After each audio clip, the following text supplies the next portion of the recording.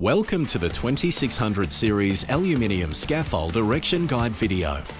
Before you start the scaffold erection process, ensure you are wearing the correct personal protective equipment, such as a hard hat, eye protection, appropriate workwear, gloves, and steel cap boots.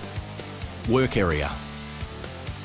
Ensure the work area is secured to prevent unauthorised persons from gaining access to your work area. You can use bollards with high-vis bunting tape or fencing, or barriers where required. It is also recommended to post signage, such as no unauthorised access.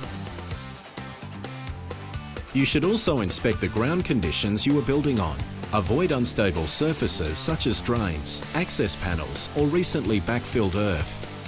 When building on any raised surface, such as multi-storey buildings, you should always consult with an engineer and seek advice on the surface you are building on to ensure it can support the required loads. Also, check for power lines and keep a minimum of 4 metres in distance. Consult with your local energy supplier for more information. Scaffold components. The components of the scaffold include casters, screw jacks, end frame, yellow horizontal braces, blue diagonal braces, plan braces, decks, hatch decks, kickboards, access ladders, and outriggers. Assembly. Insert the casters or screw jacks into the base of the end frame, ensuring the caster is secured to the frame and the wheel is in the locked position. Stand the end frame up and attach a yellow horizontal brace to the vertical part of the frame at the lowest point on each side of the frame, ensuring the ring grip is facing outwards. And stand up the opposite end frame. Attach the other two ends of the yellow horizontal braces. Attach the red plan brace to the opposite corners. The scaffold base should now be in a square configuration. Use a spirit level and adjust the caster or screw jack to level 3 sides of the base of the scaffold.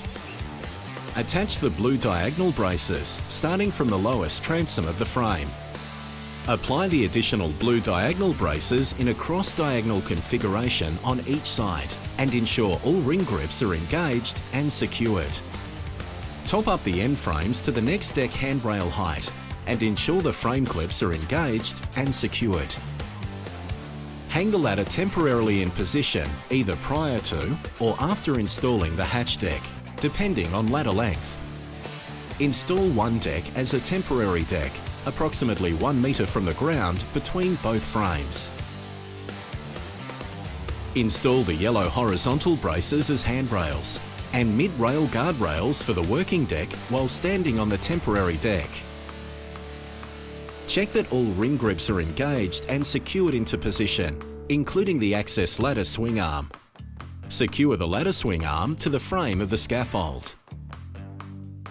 Remove the temporary deck and place it at the working deck height. If the deck height is expected to exceed 3 times the minimum base dimension, outriggers must be installed.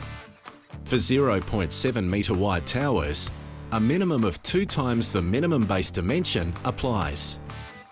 For example, for 0.7 metre wide towers, outriggers are required where top deck heights are over 1.6 metres. Towers that are 1.2 metres wide, as shown in this video, will require outriggers with top deck heights over 3.6 metres. Then access the first working deck level. Repeat the same process installing working decks with access ladders at nominally 2 metre intervals. Remember, you should always be contained within the handrails when erecting the scaffold. Install the kickboards on all working deck levels. The tower is now complete.